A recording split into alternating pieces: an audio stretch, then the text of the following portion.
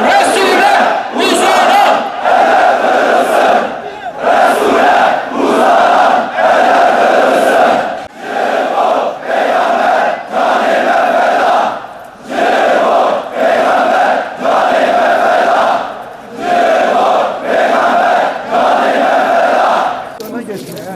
Bir iki daha. Arkadaşlar bir iki adım geri. Hacı amca geri gelemiyor. Peygambere uzanan eller kırılsın. Hazreti Muhammed onurumuzdur. Hadi ya biraz da takip. Arkadaşlar geri çıkar. Sen de görüşürüz. Biraz yere indirelim. La ilahe illallah. Muhammed Resulullah. Ahmet uyuma, peygambere sahip çık. Ahmet uyuma, peygambere sahip çık. Olmaya, onun bırakmış olduğu mirası ve değerleri savunmaya bugün devam ediyoruz. İnşallah bundan sonraki ömrümüzde de devam edeceğiz. Kendi topraklarımızda, öz vatanımızda 5. Harem-i Şerif'in bulunduğu bereketli şehrin sokaklarında yaratılmışların en şereflisi, en kıymetlisine önderimiz, rehberimiz, peygamberimiz olan insanlığa siraj-ı münir olarak gönderilen Hazreti Muhammed sallallahu aleyhi ve selleme yapılan hakaretlerle sınanmaya çalışıldığımızı görüyoruz. Alçaklıkta zirve yapmış kafirlerin Danimarka'da, Amerika'da, Fransa'da ana babamızın, evladı iyalimizin feda olduğu Hazreti Muhammed sallallahu aleyhi ve selleme dil uzattıklarında İslam coğrafyasının her bir karışında ve özellikle de Kürdistan'ın payitahtı olan Diyarbakır'da Ahmet'te nasıl bir refleks gösterildiğini unutanlar bugün aynı alçaklığı yeniden sergileme gafletine düşmüşlerdir. DBP'li Yenişehir Belediyesi geçtiğimiz günlerde belki de telafisi olmayacak çok büyük bir provokasyona imza atmıştır. Hatırlanacağı üzere 2006 yılında Danimarka'da bir gazete tarafından Hz. Muhammed'e yönelik hakaret içerikli karikatür yayınlanmış. Bu İslam ümmetinde büyük bir infiale sebep olmuş ve bu alçaklığa en büyük tepki de Müslüman Kürt halkı tarafından Diyarbakır'da gösterilmişti. Daha sonra Fransa'da Charlie Hebdo adlı aşağılık dergi Efendimiz sallallahu aleyhi ve selleme hakaret içerikli karikatürler yayınlayınca büyük tepki görmüş ve çıkan olaylarda yüzlerce Müslüman şehit olmuştur. Bu tepkilerin en büyüğü de Fransa'nın göbeğinde bu derginin merkezi basılarak gerçekleşmiş ve Charlie Hebdo dergisinin bazı çalışanları bu saldırı sonucu ölmüşlerdi.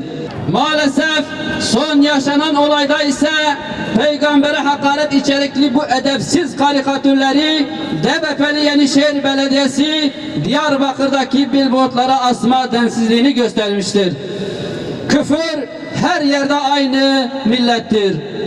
İslam düşmanlarının adı, rengi, dili, milleti farklı olsa da İslam'a ve mukaddesatlarına olan tutumu değişmemektedir. Onun için Doğu'nun da, Batı'nın da, Fransız'ın da, Türk'ün de, Kürd'ün de Charlie Hebdo'larına lanet olsun. İçimizdeki Charlie Hebdo'lara milyon kez lanet olsun diyoruz. İçimizdeki Charlie Hebdo'lar kahrolsun diyoruz.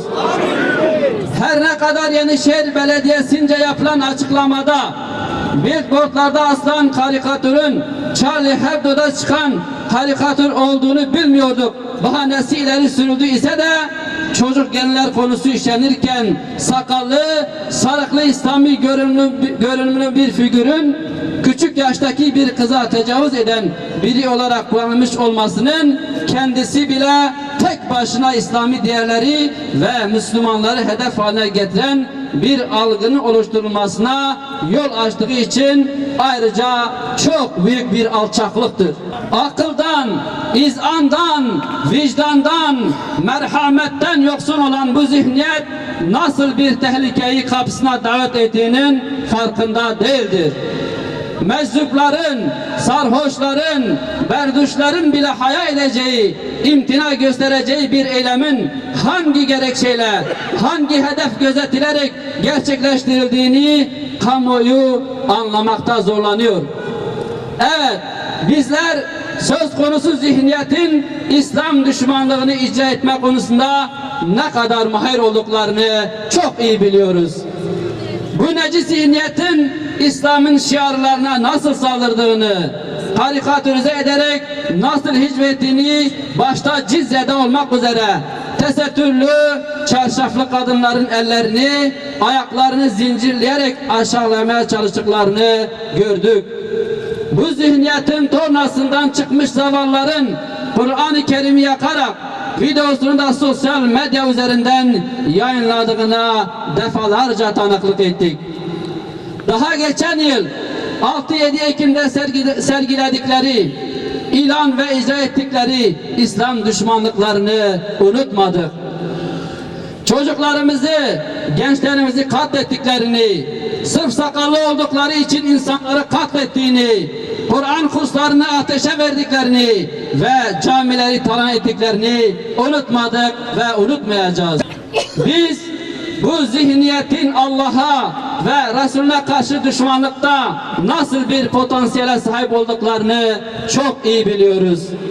Lakin peygambere hakaret içeren, edepten yoksun, aşağılık karikatürleri Müslüman Kürt halkının gözlerinin önünde afişe edeceklerini, kalplerindeki kini ve öfkeyi böyle aşikar edeceklerini, bu cüreti göstereceklerini de beklemiyorduk. En sapkın insan müsveddesi gruplarla iş tutanların, şehrin sokakları gibi zihinleri çöp yığınıyla dolanların, bu tür saldırılarla kendi kazdıkları hendeklerde çırpındıklarına şahit olmaktayız. Sözüm ona çocuk istismarına dikkat çekmek için İslam'ın kutsallarına saldıran malum zihniyet, özellikle son aylarda sebep oldukları çocuk katliamları unutarak veya görmezden gelerek böyle zelil bir fiili gerçekleştirmesi kelimenin tam anlamıyla aymazlık ve şirretliktir. Ve ma erselnake illa rahmeten lil alemin. Biz seni alemlere bir rahmet olarak gönderdik. Hitabına muhatap olmuş, yaratılmışların en şereflisi olan Hazreti Muhammed'e sallallahu aleyhi ve selleme yönelik yapılan saldırıları kabullenmeyeceğimizi ve ne mal olursa olsun bunun karşısında duracağımızı buradan bir kez daha ilan ediyoruz. Gerçekleşen alçak saldırının müsebbiplerini, sorumlularını kamuoyu önünde derhal hesap vermeye davet ediyoruz. Verilen görevi icra eden 3-5 personelin görevine son vermek değil, karikatürlerin yayınlanmasını onaylayan yetki sahiplerini istifaya ve söz konusu partiyle belediye yetkilerini kamuoyu önünde özür beyan etmeye çağırıyoruz. Malum zihniyetin muadil siyasi partileri, türevi STK'ları ve bunların temsilcileri en ufak hadiselerde bile vavele koparırken yaşanan bu fecaat karşısında hiçbir tepki göstermemeleri ve öz eleştiri yapmamaları üç maymunlar figürüne büründüklerinin göstergesidir. Kutsallarımıza yönelik gerçekleşen bu hakareti çok büyük bir provokasyon olarak değerlendiriyoruz. Sorumlularla ilgili ciddi adımların ivedilikle atılmasını bekliyoruz. İslam'ın değerlerinin hakir görülmesi, hicvedilmesi, hele onun peygamberine hakarete yetinilmesini sıradan, alelada bir saldırı olarak görmediğimizi özellikle belirtmek istiyoruz. İslam gençliğinin sabrının test edilmemesi gerektiğine, sabır taşlarına dokunulmaması hususunda uyarıda bulunuyoruz. Bir kez daha hatırlatırız ki bu topraklar, bu şehir diyarı Muhammed'dir. Diyarı İslam'dır. Tekbir! Tekbir! Tekbir! Allahu Ekber.